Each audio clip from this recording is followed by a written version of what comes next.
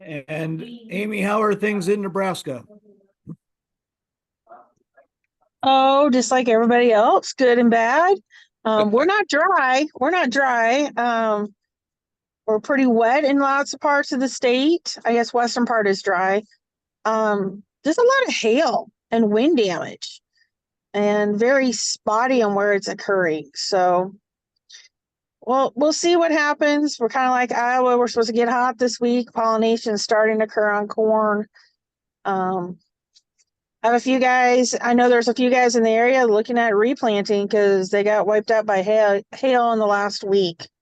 So trying to figure out what to do there. Well, I know everyone has things to do this time of year. Scott, are we expecting more than we have on this call right around this Zoom session right now? Do you know?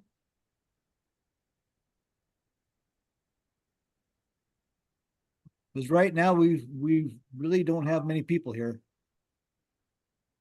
You had like 8 or 9 signed up, so you've already exceeded the typical 50%. So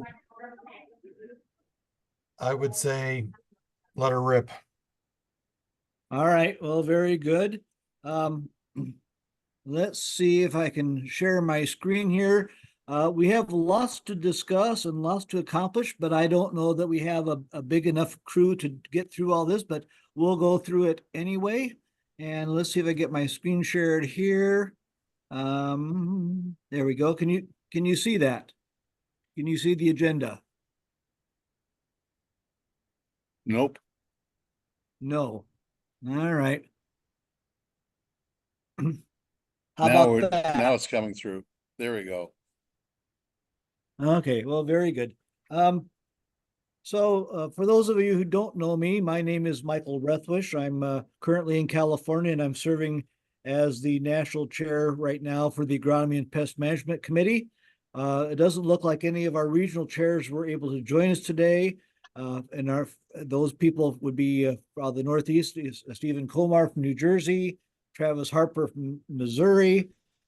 From the South, it's Chris Grimes from Arkansas, and the West, Hundon from California. Stephen and Travis are going off the board after the meeting, or off the committee at that point in time next week, and then replacing them from the North Central will be Jenny Reese from Nebraska, and from Pennsylvania and serving the Northeast will be Justin Brackenridge. So those, if you know those people, tell them thank you for serving in this capacity and helping to make things happen. I think we've kind of already taken care of our next step here, which is kind of talk about who we are and what we're doing. Just out of curiosity, are any of you serving as your state agronomy and pest management chair at this point in time? Virgil, are you the person? Yes, I am. Okay. I'm the vice Amy? chair. Alan's that vice chair? Okay. Yeah. Whatever that means. Chair of Right. vice. And Michael, I serve as the chair for Nebraska. Okay, fantastic. Very good. So this is kind of a different format for all of us, as we kind of know. Usually we have these committee meetings during the year. And we've heard a little bit about Jenny and Scott. Scott, for those of you who don't know Scott Hallbaker, he's our kind of executive director here with NACAA, and we appreciate all the work and effort he puts in. Those of you who worked with him know a lot of times you'll get emails from him at 2 or 3 o'clock in the morning. And we are so fortunate to have you, Scott. I know we say this, but we really mean it. And when you see him next week, make sure you thank him for all the work he does.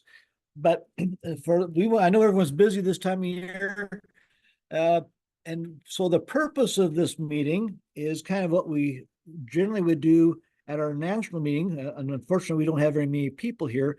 Is we have really about 3 things we want to accomplish. We want to discuss what we want to see for the agronomy and pest management section at next year's and the year after's National AMPIC. We also want to discuss a little bit about what we want to see from the Agronomy and Pest Management Committee apart during the year, apart from the AMPIC. And then we kind of need to have hopefully a large enough consensus to kind of come up with priorities and needs for the above, but that might be challenging to do. So just to give, I think most of you have been in national meetings, but just to recap it, we're limited right now in the number of agronomy and pest management presentations that we can give. It's generally about 10, and that's true for almost every section. It used to be, several years ago, we were having 25, 24 presentations from agronomy and pest management, but it's come way down, which makes it really challenging. So I know for some members that this kind of diminishes the attractiveness of attending due to fewer presentations in the area. We do know that posters are kind of going up in numbers, and this is another option for extending information. But I just want to remind everyone that posters are not run through this committee, even though they may be agronomy and pest management related.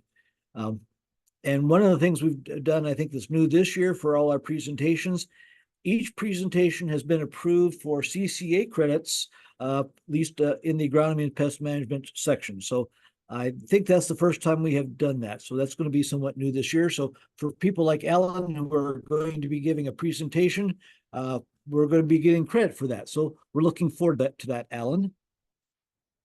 One of the other things that we see that's kind of related, but again, not under our umbrella, is the search for excellence in crop production. And like we said, all those related to agronomy, this is under the Search for Excellence Committee, not the Agronomy and Pest Management Committee. I will say that this year's national winner in the Search for Excellence for Crop Production is one of our committee members, and that is Stephen Komar from New Jersey.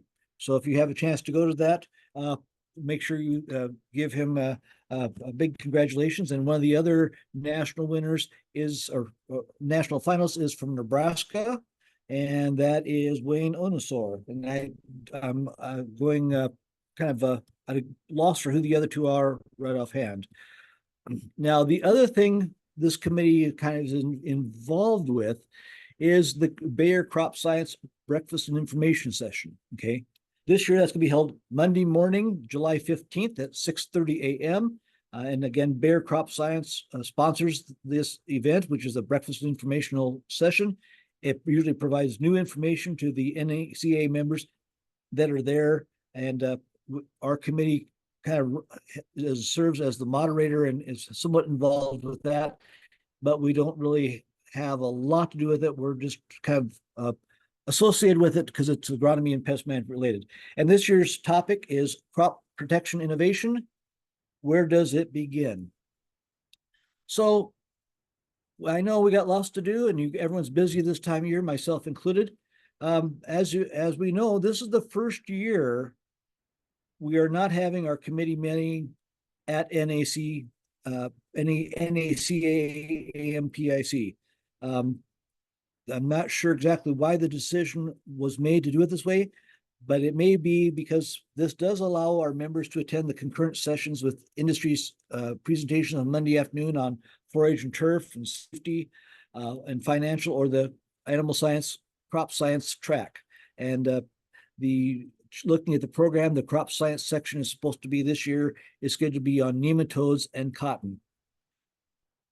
In the past, this committee, about every 2 or 3 years, kind of decides we want to do a super seminar. And these are sessions that last, about 3 hours, and it's focused on a very specific area, sometimes 1, maybe 2, 3 presentations. So the question is, do we want to have one for 2025? And if so, what's the topic of most interest and need? So I'm going to open up the discussion for those of you on the Zoom call to get your input at this point in time.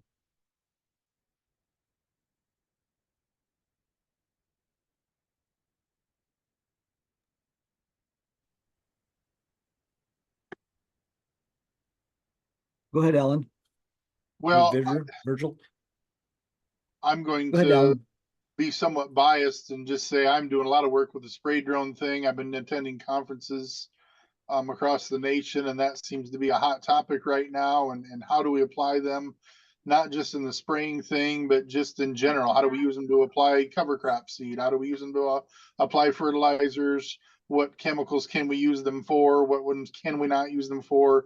And how do we make this a viable technology? Right now, and the drone operators of the world will not agree with me, I'm sure, but they're just a really big toy right now because we really haven't figured out how to get them set up right. And the more information we do on these and more we can get out there, the better off our other educators and agents would be in knowing, you know, what's going on right now, because it's moving really fast. But that's just one idea to throw out there. If there's other ideas out there, I'm all about those as well. And for what it's worth, Alan, this morning on our agronomy teleconference, one of my counterparts, in fact, one in Northwest Iowa that's underwater there, reported that they used a drone to spray a combination of glyphosate and glufosinate and basically defoliated the tops of a bunch of trees. Now, whether that's going to kill the trees or not, we don't know, but it's an issue, that's for sure. Yeah, and part of it is, and I'm doing a lot of work right now on some fact sheets, is that we have to use the same rules with these as you do an ordinary crop dusting plane. And there's a lot of products, while it sounds neat to go out and spray it with a drone, you can't according to the label. And until they come up with labels that are specifically for drone application, we kind of default to that. A good example of that is Enlist. I would love to fly Enlist on. That would be a great product to use it, but the label flat out tells you cannot use that product aerially. So that one's off the table. So there's a lot of that you know, we haven't even figured all that out. Plus, there's a lot of these drone operators that are drone people first. They're not chemical applicators. They didn't work for a retailer. They didn't work on a farm or anything like that. But the spray drone is a neat thing to add to their arsenal to go out and expand their drone business. So then we got to bring them back to the table and say, well, there's a lot of other things you need to learn about applying pesticides as well as flying your drone.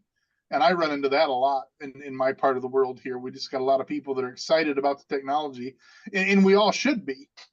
But we also need to pull the reins in here a little bit and say, hey, there's some things we need to learn first before we say, yes, this is a viable technology for everyone everywhere. And I guess I would just add to that, you know, some of the labels will say, you know, can be aerial applied, but then they will prohibit drone application. And so, you know, you got to sort through that. And then, of course, one of the things that we're fighting here in Iowa, and I'm kind of right on the edge of it here because the rules in Illinois are different than the rules in Iowa. And so if I get a call from the Illinois side of the river, I got to make sure that I know which side of the river I'm talking on. Yeah. I was going to suggest drones as a super seminar topic as well. We're having a lot of traction with them in North Carolina because we have a lot of small and irregularly shaped fields. We can't get crop dusters on. Ground rigs are really expensive compared to a drone. So I think there's a lot of people that would be interested in learning more about it. And there's not a lot of ways to learn about them hands-on or in person from somebody who actually knows what they're doing. So I think that would be a great super seminar topic. You know, we had that topic in South Dakota several years ago, and you know, we couldn't, unfortunately, we couldn't fly them outside because we were too close to an airport, and we couldn't fly them inside because the venue was concerned that we'd run them into the wall. So, you know, if you know, if we do that, and if we could do some hands-on stuff, it would be nice to be sure that you know, we can actually fly them around a little bit and you know, run the controls and things like that so we can see what we're into. Amy, I think you wanted to say something. I do. I like the idea of the drones, but I want to throw out an idea clear from left field. You know, the whole concept of One Health nationwide has become a really big thing with animal diseases, infectious animal diseases going to humans. But there's now a new push with the new legislation and President Biden and within USDA on One Health and crop management. In particular, we're going to be looking at those plant diseases and how many of those fusariums, aspergillus, There is some prions that are actually causing human health impacts. And so how do we play in that world as crop and water educators, agents, when we start looking at human health and some of the pest management and agronomy decisions we're making that could be impacting our clientele and the decisions our clientele make when they are managing, whether it's harvesting corn that's full of fusarium or cleaning out the grain bin that has aspergillus, or take whatever storage route you want to look at for whatever crop, and the potential negative impacts on human health those have, and the lack of fungicides that we can actually use in the human world, because a lot of those pathogens are resistant to the fungicides we would use in humans because of the exact same ones we use on our plants. So like I said, it's clear out in left field, totally something different, but just wanted to throw it out there.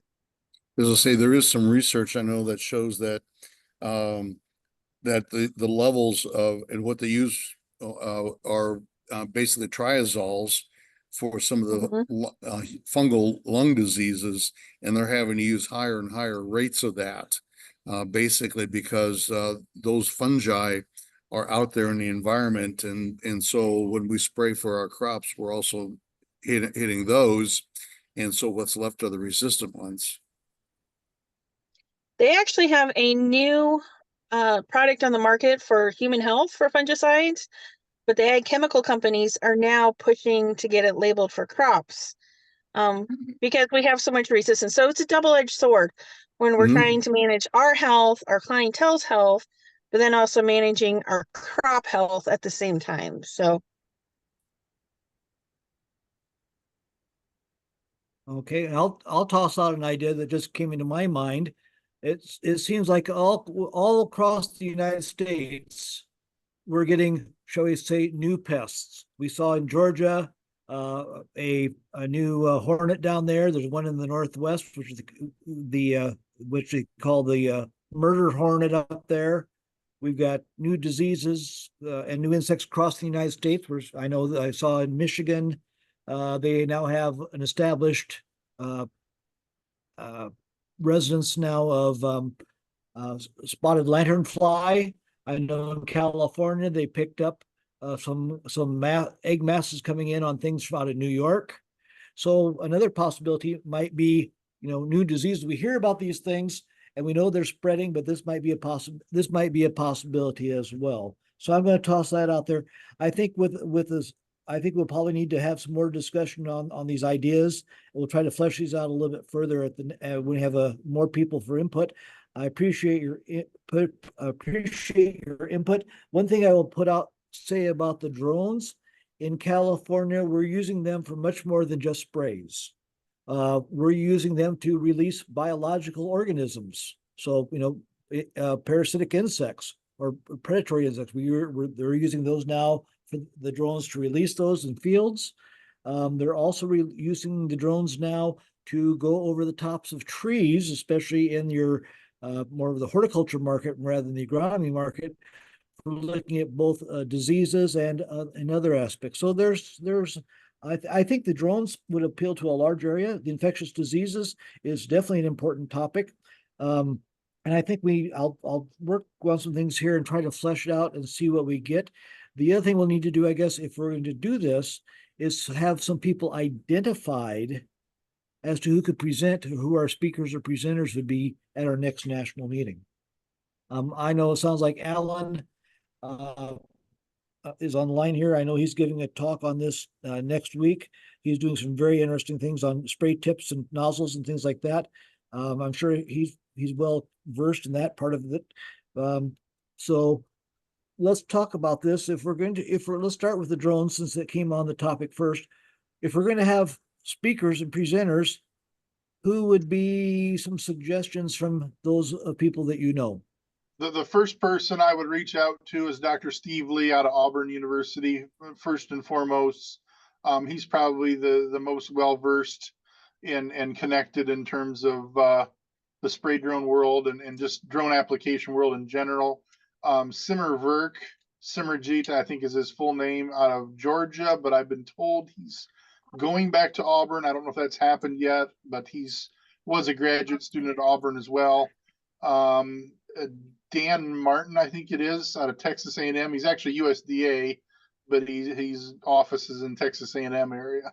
Those would be the three guys I probably would start with Dr. Lee being right at the top.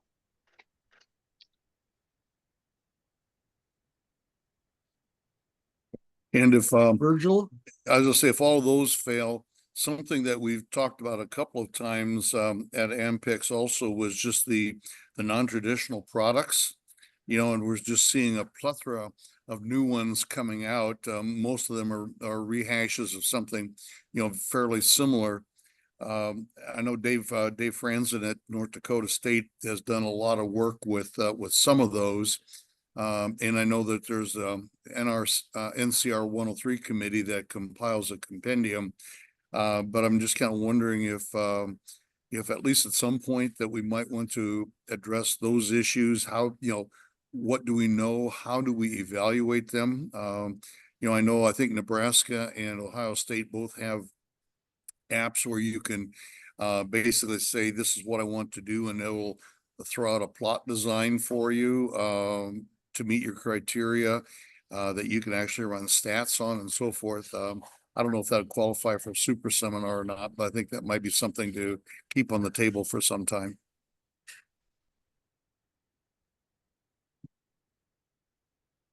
okay. Well, here's something that might be even a crossover. One of the, we can, and I know we'll come back to this pre and post maybe tour for our group, but one of the things we really would like to offer, as far as this community like to offer our membership, is something beyond just being at, or something just offered at the AMPIC. And through that, we've talked about Zoom meetings, webinars, things like that. Some of these topics we just talked about that may not fit, maybe, or may not be our super seminar, could very well be a webinar we could present from this committee nationally as well for all our members who could not even be at AMPIC. What are your thoughts on that, folks? Well, I guess I would say that I think, with what I just tossed out, I think that would be a natural, because different people from different parts of the country are working with different products and so forth. And that would be an opportunity.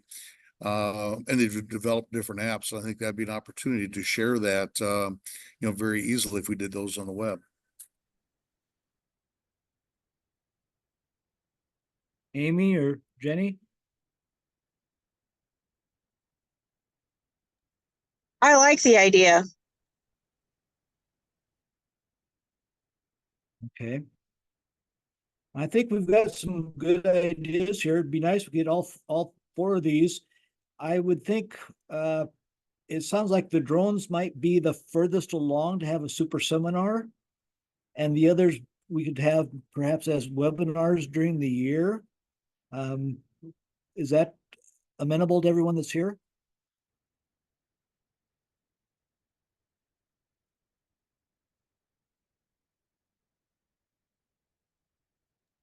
Yes, no?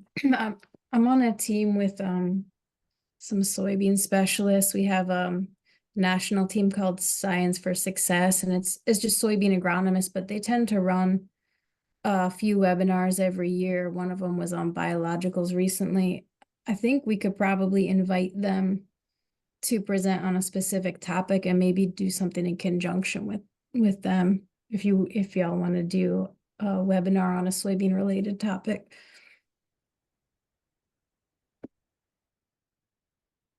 Good suggestion. Thank you.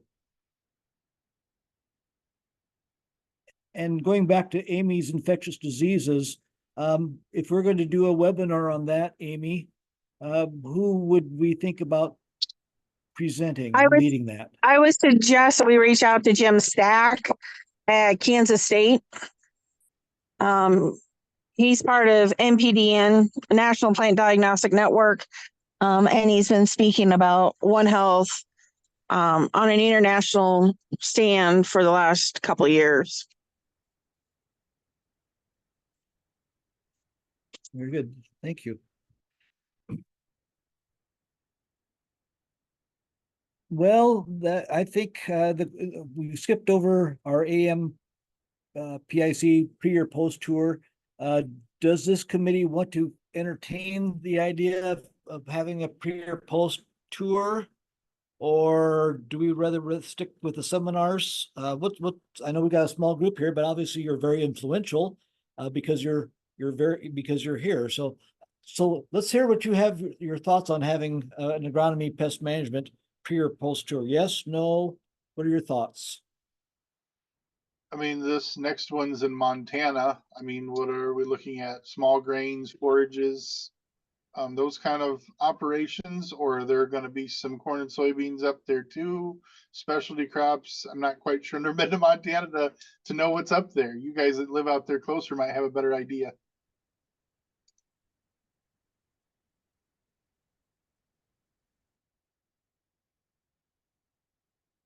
And I don't know what they have for other tour stops on the regular tours yet either. I have not seen that.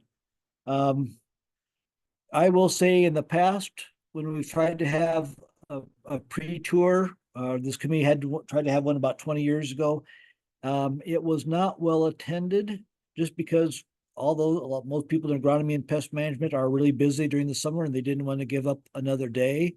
And it was just really challenging financially as well to make everything happen that way. Um, my feeling is I would not be against not having one, especially as Alan said, we don't know what they have up there.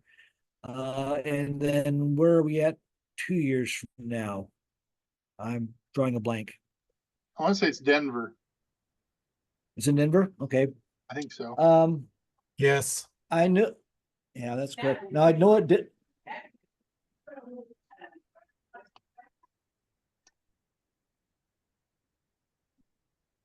I think we lost Jenny there. I know CSU up at Colorado State, there we have the one of the labs where they have all the DNA of things stored, or the seeds, not DNA, but the seeds. It's in the cold storage. It's been an interesting place to visit. And then I'm like I said, I don't know what they're going to have for tours this year, next year. Scott, can you provide some input for us on these things? Do you know anything offhand?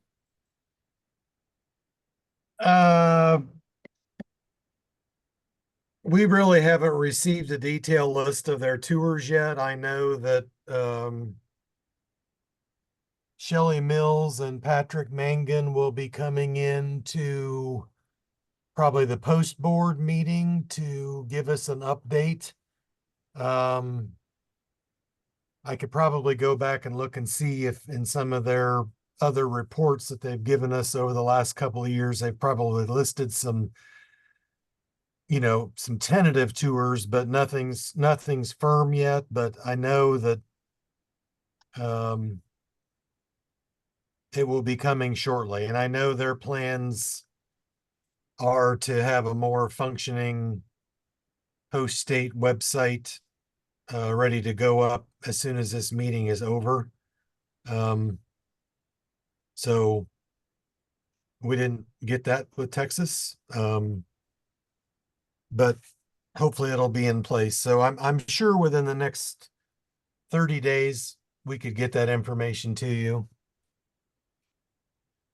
And have you heard anything from Colorado as far as potential things for those tours yet, or are we just way too far away?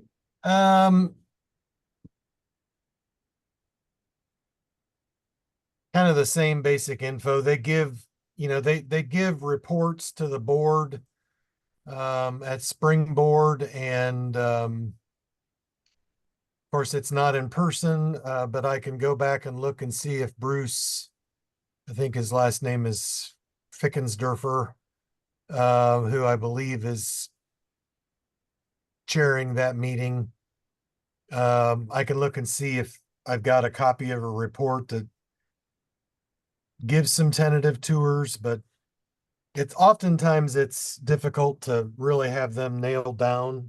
I mean, they've got ideas, but firm commitments from people oftentimes don't come until about the time the magazine comes out in April. So But I mean, I'll look and see what I can find for you, but it's not something I've got readily available to share right now.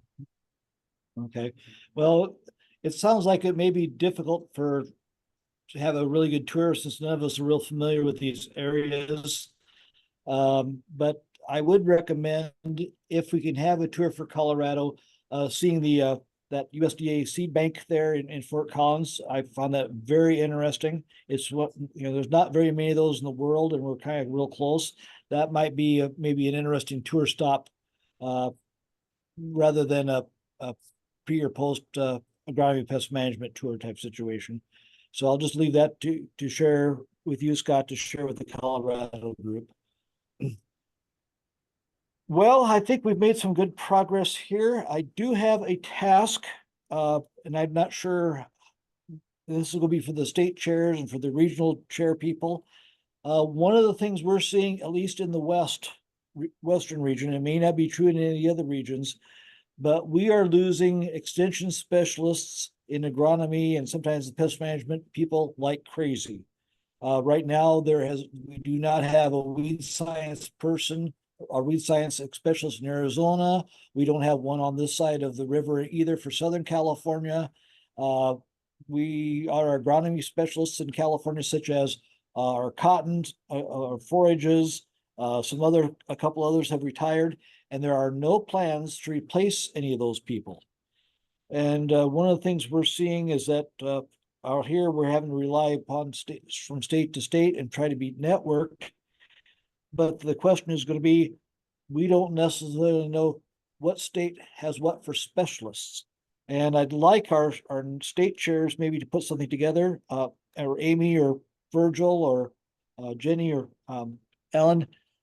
I'd like maybe to hear what you think is happening with specialists in your states. Where are we? Are they hiring more? Or are they becoming harder to find? What's all happening in other states?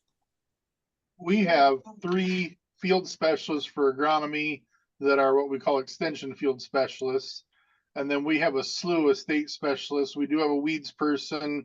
We've got a couple that I would call them more plant pathology. One that more focuses on soybeans, the other one work on corn and wheat. We've got a couple that are just hort and crop science state specialists. And again, they've got a corn one and a soybean one, kind of separate people that kind of do that. So as it stands right now, we're in good shape, and most of those people are fairly, I don't want to call them new, but they're not the kind they're going to retire in the next 5 years, if you will. So we might be blessed here with Ohio's budget, but who knows? Another year from now, we could have a different conversation. Yeah, I think we're go on, go Jenny. ahead. Oh, I think we're entering a phase where people are starting to retire and we're having to hire, people that are really new, probably for budget reasons. We have a lot of specialists at NC State in the agronomy area. But we keep losing them here and there and just, filling them with newer, less experienced ones. So that's kind of the trend I'm seeing in North Carolina. And I guess I would echo, both of those comments. We had a forage specialist retire about 11 years ago, and we just got that one filled. That just, was not a high priority. But on the other hand, we did lose both of our weed specialists. We've got one position back, so we're down that. Our nitrogen specialist position was filled. We're in the process now of going for phosphorus and potash position that has not been announced, but the dean seems to be very interested in that. We have good entomology, good plant pathology people also. So I think, again, we're just a little bit blessed. And basically the tactic that we have found works over here is that you go out to, you find, several clients that have been positively impacted by those state specialists, and you have those people write a letter to, in our case, it was the dean, saying, hey, this person saved me $120,000. This person's work is very important, and it's important that someone be found to continue that kind of work. those kinds of things. We found that our administrator does not respond our administrators in general don't respond well to us, but they do respond to the public. Good point. Thank you, Virgil. Amy, how about things in Nebraska? So Nebraska is similar to other states. We've had a lot of retirements. And with those retirements, entomology is one of those. We lost 2 of our entomology state specialists, PhD levels. Currently, we don't know even if we're going to get one of those positions back. It's still in negotiations. A lot of it's coming down to retirements and budget constraints on the departments, putting more responsibility on fewer people. Our hopes is that we will continue to get them filled, but I think, I don't know. I'm going to be a realistic here. We're not going to get the positions back. We're not going to have as many people as we did. We are going to be doing just as much work with fewer people, and relying on our neighbors to all the way around us to help fill in the gaps where we don't have the knowledge in Nebraska. And I would And I say think that that's- one of the things that we have done here, and this is not in the agronomy and pest management world, but it's in the small animal world, is we're actually sharing a position with the University of Wisconsin. And that person actually is living within eyesight of the Mississippi River, and so spends part of her time on the Wisconsin side and part of her time on the Iowa side. So I guess my question is we're hearing a general theme across some of the states, and maybe it's more regionalized, but it sounds like the future is going to be more networking and knowing who's who, especially especially we have a lot of new agents coming in and they want to know who to go to. I would really like this committee to kind of canvass your state, and kind of get an idea of, especially where are we as far as current extension specialists for agronomic crops and pest management in your states. What are we expecting right now as far as upcoming vacancies or hires or rehires? And what are the needs going to be? Because maybe they're being phased out because the need's not there. I think we could put something together. It will help all of us, and it's probably going to be more regionalized than national in structure, just because geographic things have more things in common, and climate and crops. And so what are your thoughts on this before we take this on as a task? But do you think this would be something valuable that we could provide to our members of NACAA and agronomy and pest management? I guess one of the things that we run into as we've looked at some sharing across state lines and so forth, is that it's important that everybody's on the same page. In other words, we had an agreement with Wisconsin while we had the vacancy in forages with Dan Undersander, but he couldn't just say, yeah, I'll do it. He had to work it on his side also here. And so everybody ended up on the same page. And and so I think that's one of the things that's important if we're going to do some sharing.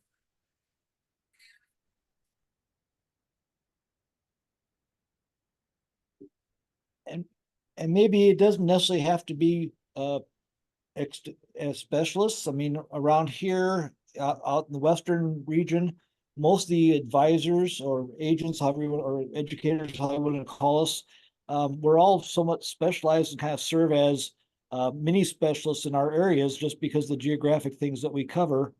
And I know I look at the county to the south of us, they have over 100 different crops.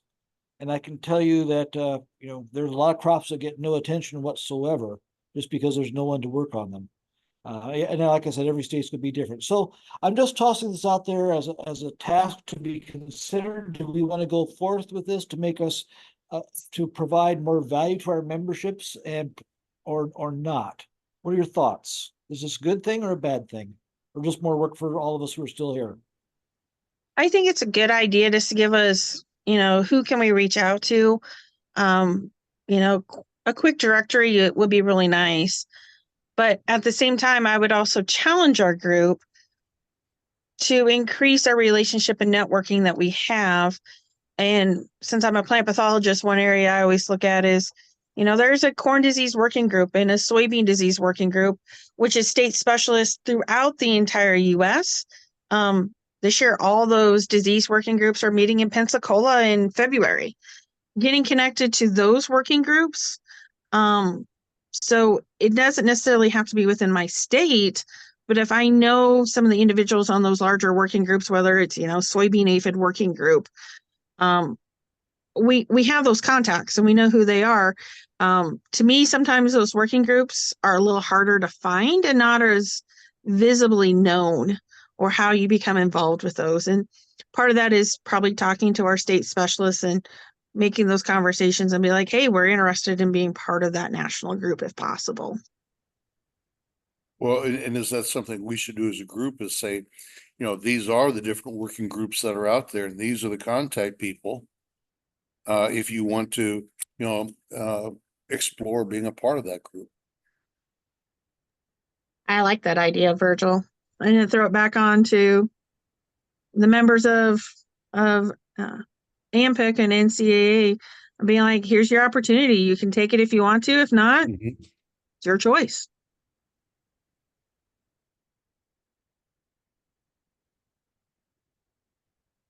Jenny, what are your And I could, thoughts? Yeah, the soybean group I was talking about, Science for Success, they also started something like that. It's called Better Together. So they gathered for 3 days. It was all these different working groups pertaining to soybeans.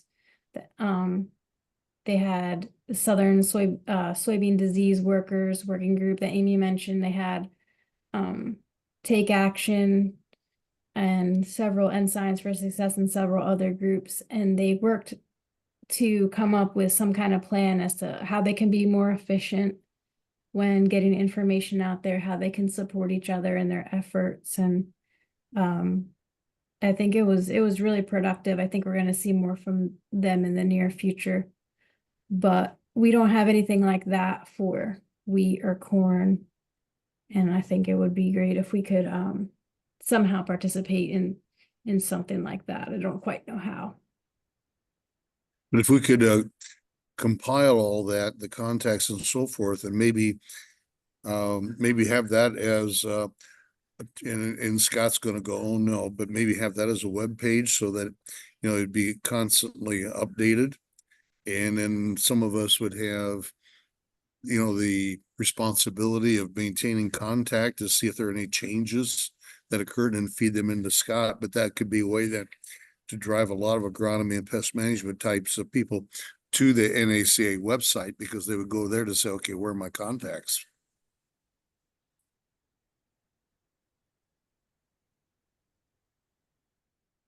Alan, you're being quiet. I figured I just talked enough. What do you think of this idea? Good idea, bad idea? Oh, Or anytime we not can necessary in Ohio? anytime we put people together, regardless of where they're from, there's nothing bad usually can happen from that.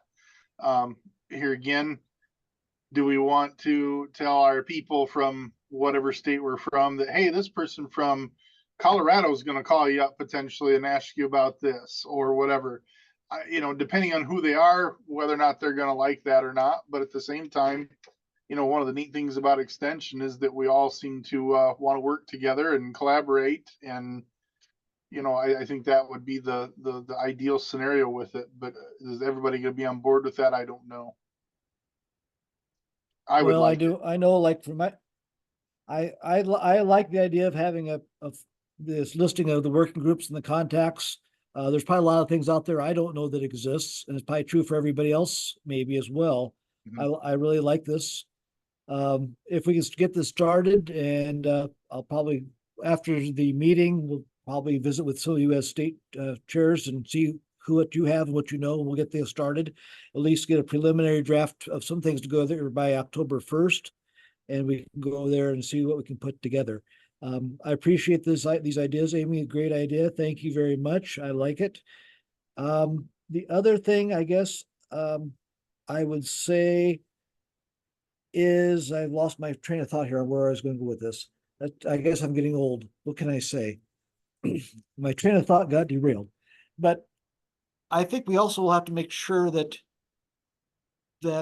these things are good, especially as we still need, I think, a day-to-day contact, maybe for your state or your next neighboring state, for especially a lot of these new advisors. I think we've hired close to 75 in the state in the last 2 years. So our extension people are very, very young right now.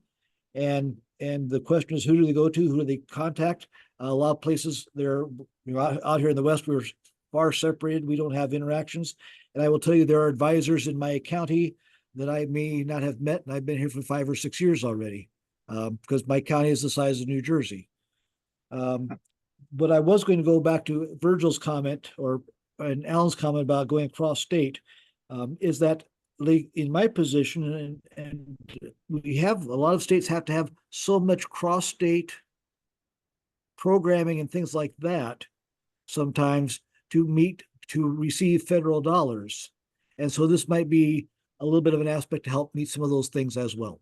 But that's more for your state leadership to decide. But this is something that does give being a member of NACA value, perhaps, to your state leaders and to you as individuals as well. Well, that's about all I've got. I've talked way too much, and I apologize. I really appreciate everything you have all had to say and input. I think it sounds very clear that maybe we want to get about 3 people together next year for a drone workshop, and how to use them, and not only just for the spray, but the other different applications as well. And then the other things we talked about for the infectious diseases, the new pests, maybe these non-traditional products. I think maybe we should think about webinars during this next year for those as well. I really appreciate your input. Great ideas. I think we've made some headway here, and that's all I've got to say. So with that, I'm going to open up the floor to anybody else who wants to talk about things that we may have neglected to talk about thus far. Is everyone going to AMPIC next week? Okay.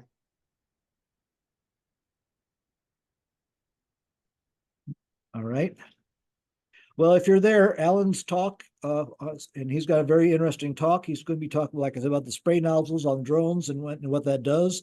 I believe your talk is scheduled for 4:30 on Tuesday afternoon, correct, Alan? This sounds about right. I was looking at the schedule here now earlier just to kind of get my bearings straight. So, I have it down at, actually, I think it's 4 to 4:30 on Tuesday. okay. Well, it's somewhere in there. So it's sometime 4 o'clock after on Tuesday. So it should be a very interesting talk. Be there if you're there and support Alan and our committee. We hope to see you there. Any other comments or things you want to say? Anything we've missed, Virgil or Amy or Jenny?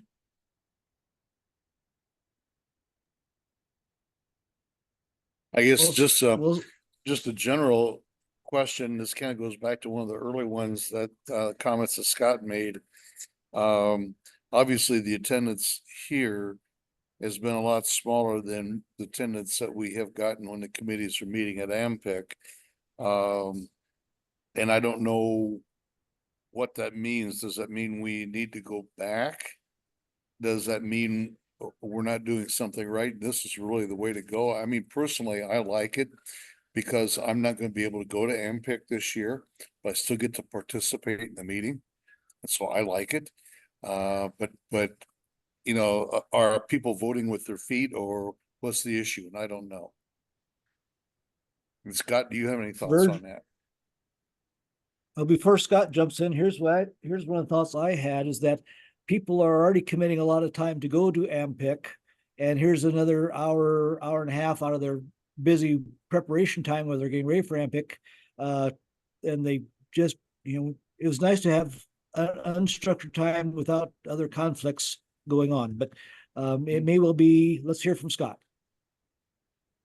Yeah, I mean, it's varied by committee. So far, well, probably 70% of the committees have had their meetings, so we're on the tail end. They're finishing on Wednesday, which is a good thing because I'm driving 12 and a half hours on Thursday and could not serve as host. But anyway, you know, it's not uncommon to only have 50 to 60% of the people that sign up for it actually show up because other conflicts happen. I mean, we've run into that with NACA 365. We may have 30 people sign up for something and only 15 show. So the idea was exactly what you stated, Virgil, is to open it up for others that aren't able to attend the AMPIC to be able to participate. But as you know, your guys' schedules are very busy, and trying to even make an hour session like this sometimes just isn't possible. So, you know, the committee feedback that we get, the board will take a good listen. I mean, next year's meeting in Montana is actually going to be a 4-day meeting instead of a 5-day one. So we're trying to cram even more into, you know, a reduced schedule. So my gut instinct is that they'll probably want to go virtual again next year, just to free up that hour and a half time frame during the meeting. But Yeah, you know, I don't, trial I by don't- error, you know, and yeah, I mean, one of the things that you said, I think kind of clicks in that is that, well, I think first of all, if you're at the AMPIC, you don't have the distractions, you can't run out and look at a field or anything like that, which I was out in the field just before I got on here, and I'm gonna run out and look at another one, as soon as we get done here. And so, but you're kind of locked in, you've got a captive audience there. But on the other hand, I guess one of the other questions I have, and I know this is a question with all the time zones and so forth, but if you have a meeting in the middle of the day, that kind of screws up the whole day too, yeah. an early morning or late afternoon one. But on the other hand, 8 o'clock in the morning on the East Coast is what, 4 o'clock in the right. morning on the West Coast, and you're not going to do that either, and so I'm not sure what the solution is for that. I will say kind of maybe is just a devil's advocate. I've been to the last 2 committee meetings at the AMPICs in Florida and in Iowa, and I don't know that we have that great of attendance in person either. So I don't know if it's just something that, if you're interested in this, you're going to be a part of it. If you're really not that interested in it, well, you don't. So I don't know if it really matters in terms of attendance, whether you have it in person or not. It seems like there ought to be a lot more people attended if they're already there at the conference, but that doesn't seem to be the case from what I've observed anyway. Yeah, I mean, at the conference, it's typically been the national chair and the vice chairs. And so that was really one of the main, obviously, I just don't think we've done a good job at on-site AMPICs about letting people know what those committee meetings are all about. And most people probably don't realize that, hey, it's open to everybody, which that was kind of one of the reasons of also going virtual, was to, send the invite out to everybody and say, hey, whether you're a national chair or a vice chair or a state chair or just somebody that's interested in this committee topic, now's your chance to give input. So we'll see. Above my pay grade, I won't be making that decision. That'll be the board decisions, but yeah. Well, my vote would be to keep on doing it virtually, but that's one person's vote. So, well, we're still also kind of dealing, I still think there's somewhat of a virtual burnout, from doing it and wanting to pull away from it. And now people are kind of wanting to go back to it. I mean, a lot of the workforce right now is hybrid because of COVID. So anyway, I do have one question for those of you still on the Zoom call here. What are your thoughts? Would you rather see us go beyond 10 presentations for an area? Because right now we're kind of limited to 10 per area roughly. I'm seeing a yes What's- for more presentations from well, Virgil. what's the rejection rate? I mean, if we It only get depends. 12 if we only get 12 applicants, and we're limited to 10, that's one thing. If we have 150 applicants and we're limited to 10, that's another thing. I think that depends upon the committee. I think this year, like the horticulture had like 23, and so over half were rejected. If I understand that correctly, or close to half were rejected. For our committee, we took all, but we were able to fit in all but 2. But I think the numbers of applications this year were down. Usually we're close to 20, 25 applications, and this year we had very few applications in. I mean, we didn't even get the teens this year. I think it was just 12. Well, we did. It was 13, but we didn't have any. And part of it may be the time of year. A lot of counties have their county fairs going on right now, and other things going on. It just may have been a bad time of year too. So, but I just was curious. Would be going to the national meeting would you like to see more meetings in our areas or not? Or more presentations, not more meetings, but more presentations in our area? I'm seeing a yes from Virgil. Alan, what are you thinking? I don't really have an opinion on this one. Okay, Jenny, are you still on? Yeah, I was on a different committee, and if we really liked everybody and we really wanted all of them to speak, we would just kind of shorten the time up a little bit. Maybe instead of 20 minutes, we'd do 15. I don't know if that's still an option. I think 10 it should be sufficient, unless, like Virgil said, are we rejecting a lot that we would really want to present? I think it's more about quality than quantity. Okay. Very good. I have nothing more for us. Scott or Virgil or Alan or Jenny, Amy had to go.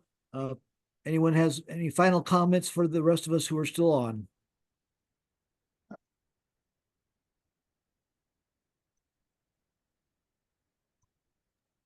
Well, seeing none and hearing none, I know several of us have lots of things to do yet this afternoon. And I thank you all for taking the time out of your schedule today to join us. I really appreciate your input. And Virgil, enjoy that nice cool weather you're having over there. It's going to feel more And, like your weather. No, I don't know. It's you may have a little bit more humidity, but boy, Yeah. it's still hot. It's still hot. So Yeah, thank I you hear ya. all. I'll hope to see most of you, it looks like next week in Dallas. Thank you for your input. Thank you for your ideas. Thank you for being online, and thank you for all you do. And with that, we'll bid you all adieu. Thanks, everyone.